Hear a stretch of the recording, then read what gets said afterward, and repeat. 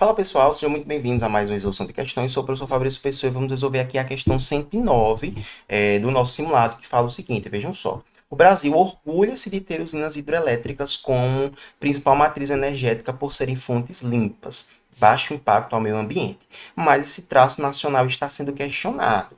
Hidrelétricas instaladas ou previstas para serem construídas na Amazônia podem ser tão ou mais poluentes que usinas termoelétricas. 18 novos reservatórios poderão emitir, em 100 anos, até 21 milhões de toneladas de metano e 310 milhões de dióxido de carbono.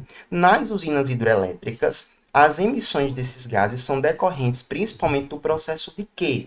Vamos lá, pessoal. O que é que vai gerar aqui a emissão de metano e de carbono, pessoal? Vão ser basicamente duas coisas. A primeira aqui é queima, que a gente também pode chamar de combustão, né? O processo de combustão.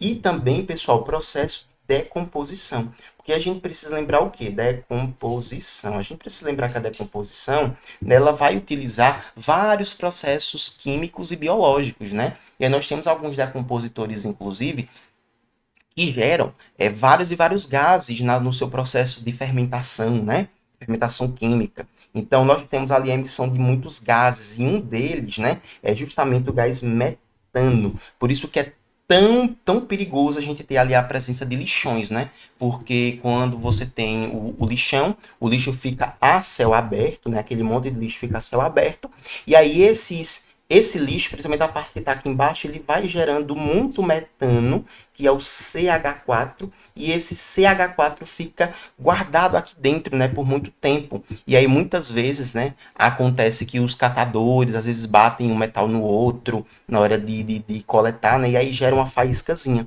E essa faísca, né, quando ela entra em contato aqui com esse gás metano, o gás metano é extremamente inflamável.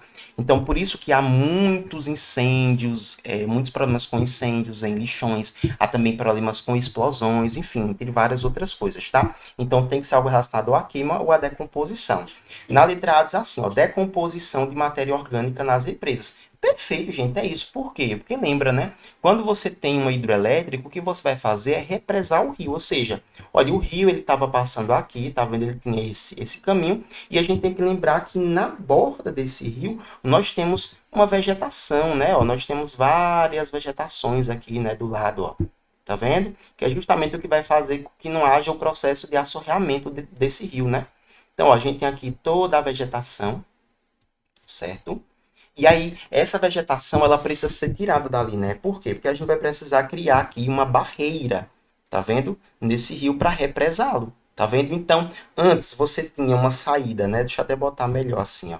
Antes você tinha toda essa saída aqui do rio e agora você só tem só essa saída, ou seja, você vai aumentar aqui a pressão, né? Porque você está diminuindo a área. Então, todas essas plantas elas vão precisar ser jogadas. E nesse processo em que elas são jogadas, elas vão ficar ali se decompondo. E nesse processo de decomposição, a gente vai ter, né, a emissão de gás metano e também de dióxido de carbono, que faz parte do processo de decomposição. Isso é natural. Mas uma coisa é acontecer naturalmente e outra coisa é acontecer sob influência do ser humano, principalmente na Amazônia, que a gente sabe muito bem que é ali uma das principais, ou se não a maior, né, a principal floresta equatorial do mundo, né? E tropical também.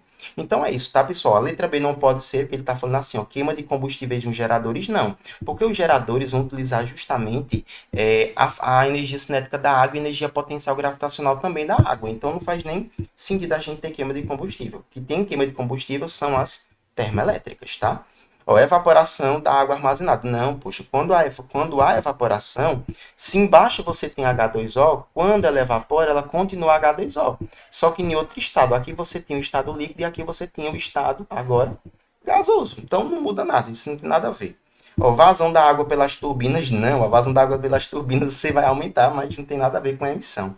Conversão da energia mecânica em energia elétrica, não, gente. Porque, na verdade, nesse processo não vai haver emissão nem de metano nem de dióxido de carbono, beleza? Na verdade, só uma transformação mesmo ali que não tem nada a ver com essa emissão, beleza? Então, a letra A é a melhor resposta para a gente. Então é isso, muito obrigado pela sua atenção, né? Lembre-se sempre que quando a gente tem emissão de metano e dióxido de carbono, sempre tem a ver com questão de queima, ou seja, combustão, ou então decomposição, beleza? A decomposição, mais especificamente, é que vai ter o gás metano, né? Na queima, aqui a gente vai ter apenas dióxido de carbono, então vou até botar aqui, ó. Quando for queima, a gente vai ter dióxido de carbono, ou então teremos monóxido de carbono. Ou também, né, podemos ter a fuligem, que é o carbono.